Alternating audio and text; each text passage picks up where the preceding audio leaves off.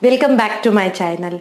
In today's class, we are going to study chemical properties of alcohols. In previous class, we studied that how alcohols are prepared with the different steps. So in today's class, let's start with chemical properties of alcohols. Alcohol's formula we know, and that formula is ROH. Now in this alcohol's formula we can see that alcohols can act as electrophiles as well as nucleophile.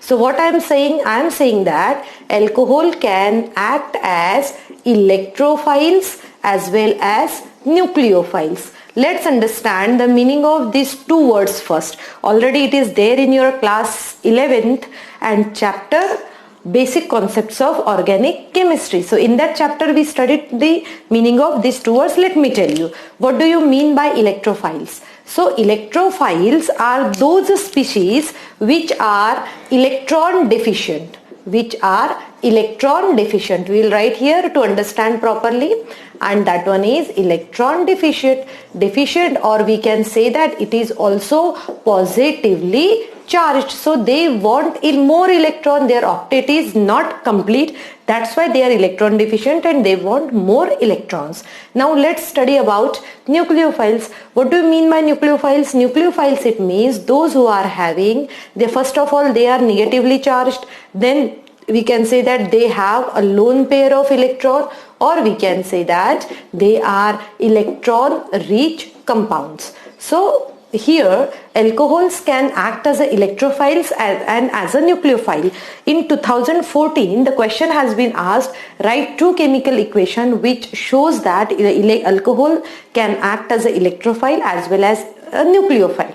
Okay, so for that we need to write the chemical equations. So let's see chemical equation, that is ROH. So here we know that this oxygen is having two electron pair, and that we can say it as a lone pair also.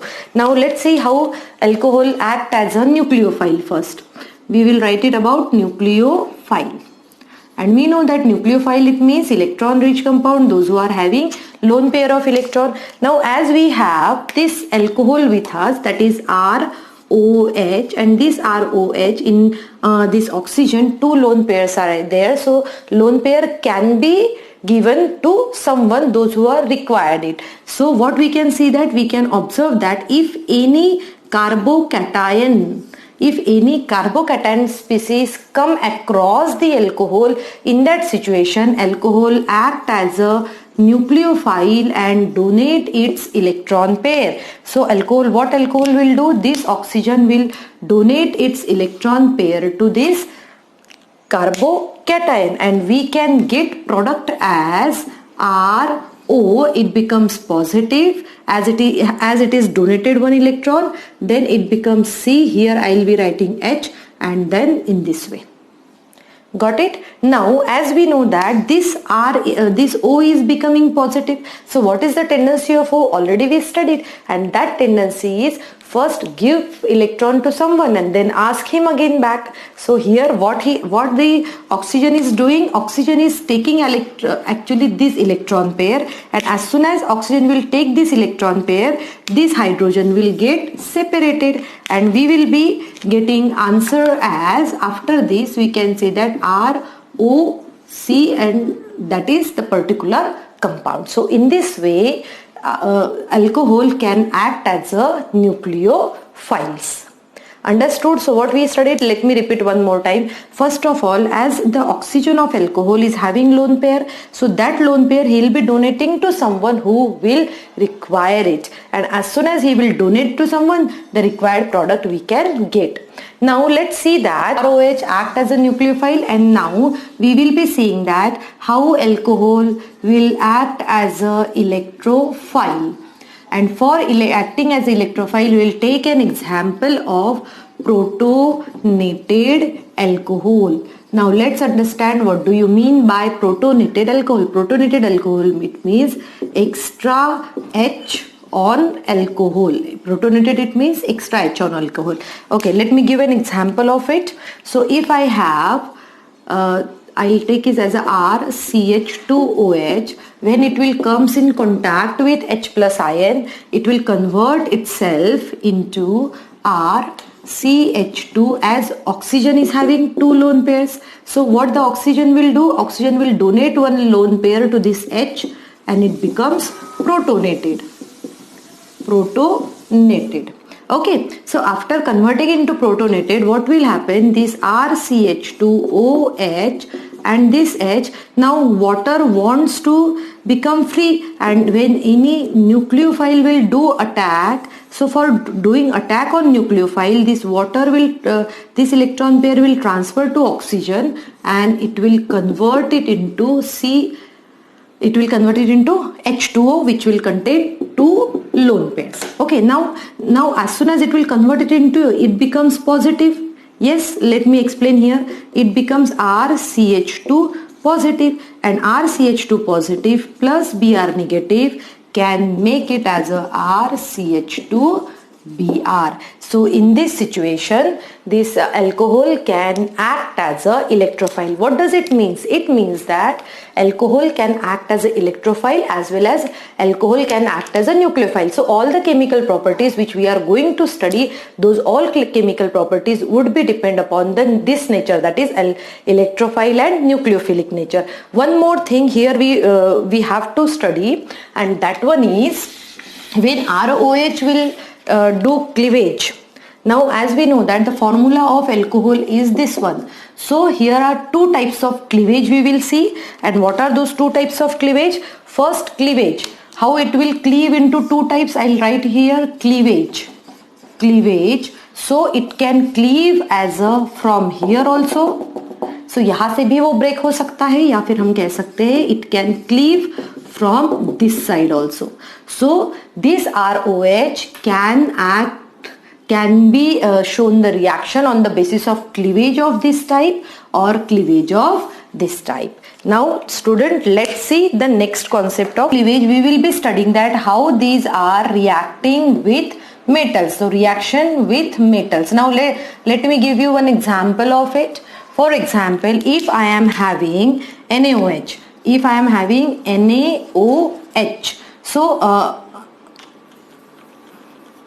I'll be taking it as a one alcohol, and that one is ROH. If I am having, we know that the cleavage should be through H. So here it will cleave, and when there is a reaction with sodium, we can get product as RONA, and H2 gas will get released. So you need to write it as a balanced chemical equation. For understanding purpose, I am writing it as a simply, or we can take it in another example also. Right? What is the name of this compound? This compound name is sodium ethoxide.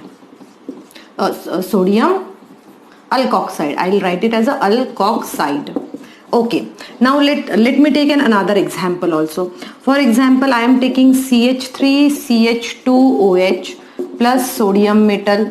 So it will here breakdown would be there, and then there would be formation of CH3CH2ONA plus H2, and what would be the name of this compound? It would be sodium ethoxide. So can you answer my question? Here I am writing one CH3, and here it becomes OH when it will react with aluminium metal. Can you tell me the answer? Try. Yes. So answer for this one, as we know that it will do breakdown from this side, and we can get answer as in this way. Only in place of that H we need to write it as a Al, and the name of this compound would be aluminium tertiary butoxide. Aluminium tertiary butoxide. So student, as I earlier also told you that here these common names are very, very important because it is given. Okay.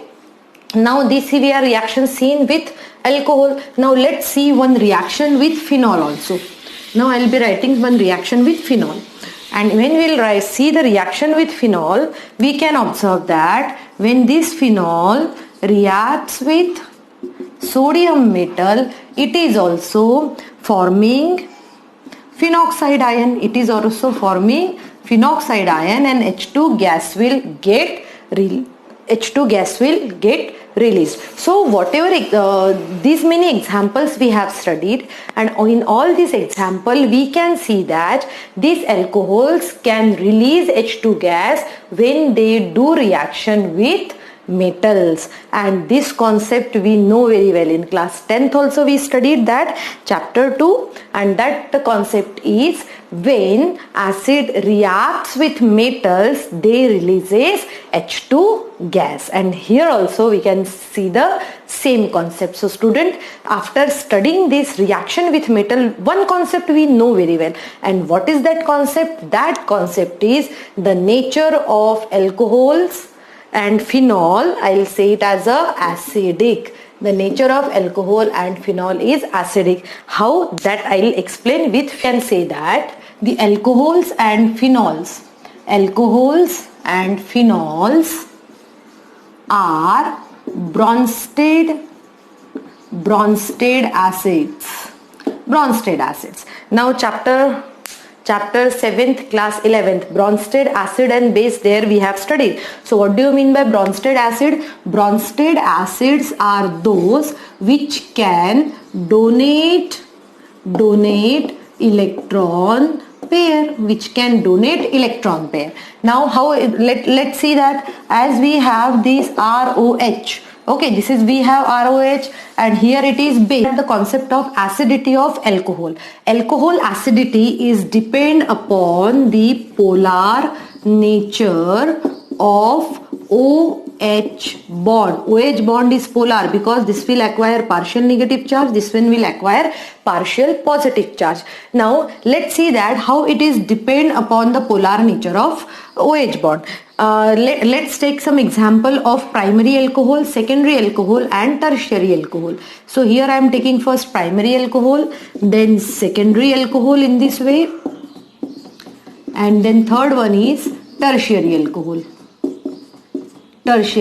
Here I am taking. Okay, so here I have an example of primary, secondary and tertiary alcohol. So we have to discuss that how this acidity is depend upon the primary, secondary and tertiary, who is more reactive and who is less reactive. Okay, now every time we can see that, if I'll take an example of primary alcohol like CH3OH. So students, see, this will acquire partial negative charge, this will acquire partial positive charge, and nature of CH3 was what? Nature of CH3 is electron releasing.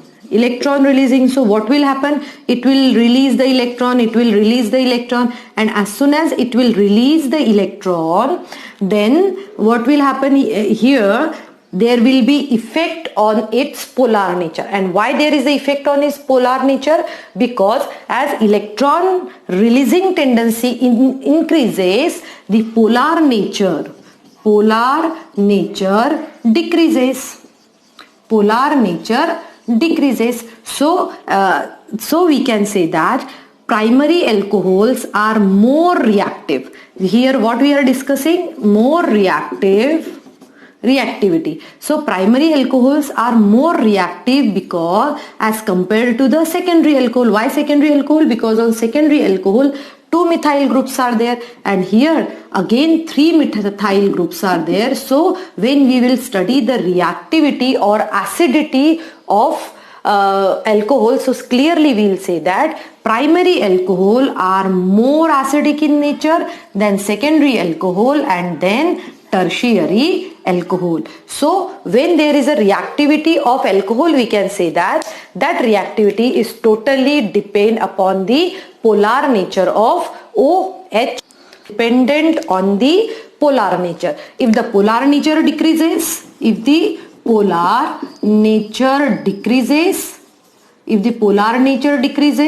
acidity, if the polar nature decreases, acidity will also decrease. Okay, and why the polar nature decreases? If many electron releasing group would be there. So we can summarize in this way: primary alcohol are having more reactivity than secondary and then tertiary alcohols. Now let's see that alcohol is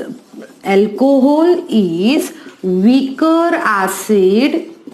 Alcohol is weaker acid than water. Alcohol is weaker acid than water. Now how it can be possible? We will say that how alcohol can be a weaker acid than water. Now let's understand this by I'll be making you understand by giving one example. Now we have ROH and we are having water also. So water also I am writing in this way.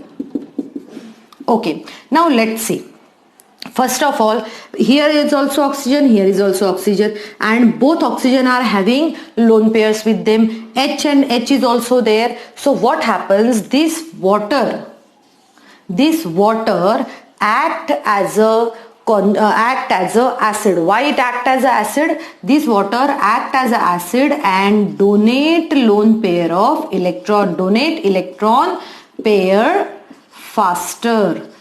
This can donate electron pair faster to alcohol, and that's why we can get this product as we will be getting it as it is faster donating the electron pair, as it is fast donate, and it will, what will happen? It will accept the electron pair, and that's why it will react in this situation. It will react as a base, and hence we can get this product as H and H here by taking an electron pair, and then it becomes OH negative.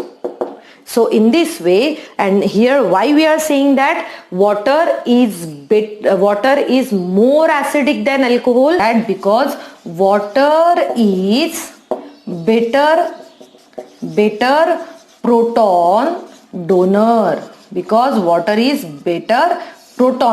and that's why water is little bit having high acidity than the alcohol, and that's why we can say that here alcohol can act as a Bronsted base.